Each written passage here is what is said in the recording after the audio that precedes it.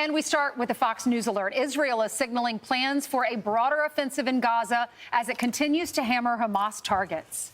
All right, the fragile ceasefire ending over the terror group's refusal to release the remaining hostages, including American Idon Alexander.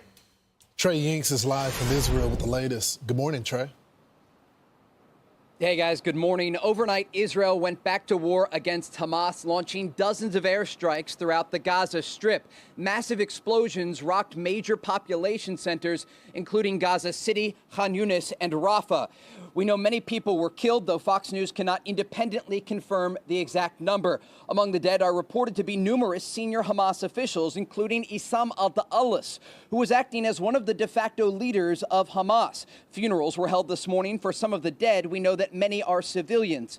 The question now is if this will continue. National Security Council spokesman Brian Hughes said in a statement, quote, Hamas could have released hostages to extend the ceasefire, but instead chose refusal and war. Hamas declined to accept a previous ceasefire proposal put forward by the Trump administration. And right now, there are indications that Israel could be preparing to enter Gaza on the ground. Evacuation orders were given this morning, with the IDF releasing a map for Palestinians to leave the entirety of the Gaza border area. Israeli officials quoted in local media today are telling Hamas to release the remaining hostages for the firing to stop. Israel clearly changing their negotiation tactics here. Looking at the situation in both Doha and Cairo, they're trying to put new pressure on Hamas to free the remaining Israelis held inside Gaza. Guys? What's the sense, Trey, inside the country? They feel as though this is overdue, or is there more angst about the hostages? So there are two parts to this. This is a little bit of inside baseball, but it's very important here. We just learned last hour that the Jewish Power Party, led by Itamar Ben-Gvir, the country's former national security minister, will be rejoining the government coalition. Now, Israel's Prime Minister Benjamin Netanyahu has to pass a budget next week, and this is going to allow him to do so. The other thing to look at here is the hostages. There are 59 hostages still being held by Hamas inside Gaza. They were dragged into the Strip against their will on the morning of October 7th, and 24 of them are believed to be alive. And we've spoken with so many of the hostages who were released from Hamas captivity, from Hen Alma Goldstein, from Kfar Aza, to Shani Gorin from Nir Oz. To recently, I spoke with Nama Levy, one of those surveillance soldiers who was released during this ceasefire that went into effect due to the pressure from the Trump administration. And they all have something in common. You look into their eyes and see the terror that they experienced being held as hostages. And you think about the 24 living hostages that are still there, including Idon Alexander, an American citizen, and what they must be going through. And so there's a lot of frustration among the families of the hostages about this war resuming. They are concerned that this could lead to them being killed.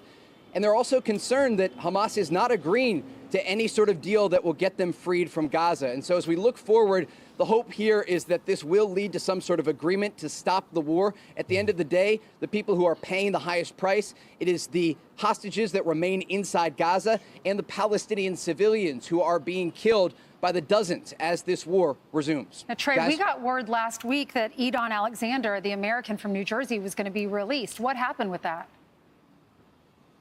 Yeah, absolutely. So without getting too into the details here of what's been taking place in Doha as these negotiations continue, President Trump's Middle East envoy, Steve Witkoff, basically proposed a deal to Israel and Hamas that would see a two-phased deal. 11 living hostages set to be released in the first phase, and this would ultimately allow both Israel and Hamas to slowly but surely enter into phase 2 of a broader ceasefire agreement.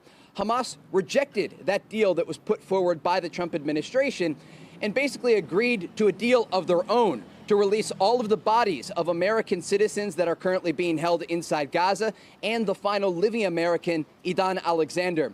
This was seen by Israeli officials and Trump administration officials as a spin by Hamas, trying to pressure negotiators and also trying to drive a wedge between the Israelis and the Americans. And so we did see that statement. We reported it out. But again, what we are looking at here is likely some sort of proposal on the table that remains. And at this hour, we do understand, according to Arab media, that negotiators are trying to say to Hamas, look, you have an opportunity to again come to the table and release the hostages. And this is the only way that this is going to basically give you an exit ramp and end what is now starting to become another major operation against the organization in control of Gaza. So, Trey, what do the family... This is a tough spot for any family member to be in because you want the hostages, you want your loved one home with you. But then you see Israel's point of view, which is Hamas is not negotiating in good faith. They're not releasing. They haven't stuck with any of the guidelines in the past deals that were reached.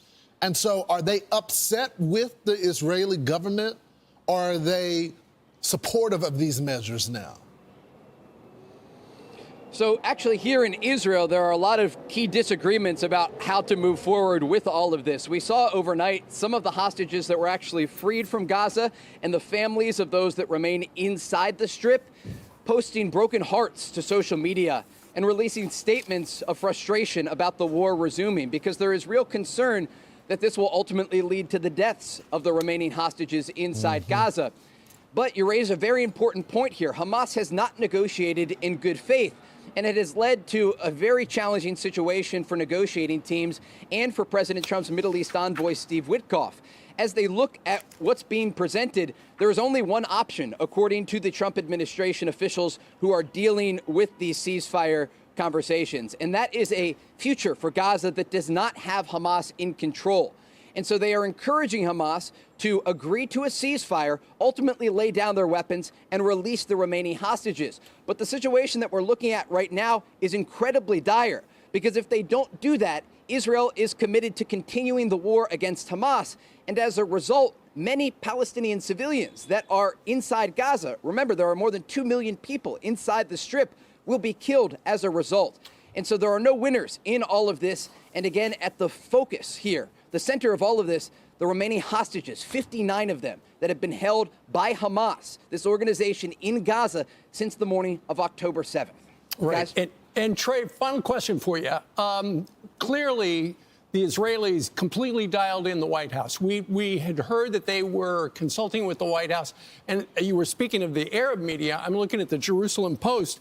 And apparently, Israel coordinated this attack with the United States after we hit Yemen. So it was going to be a 1-2 punch.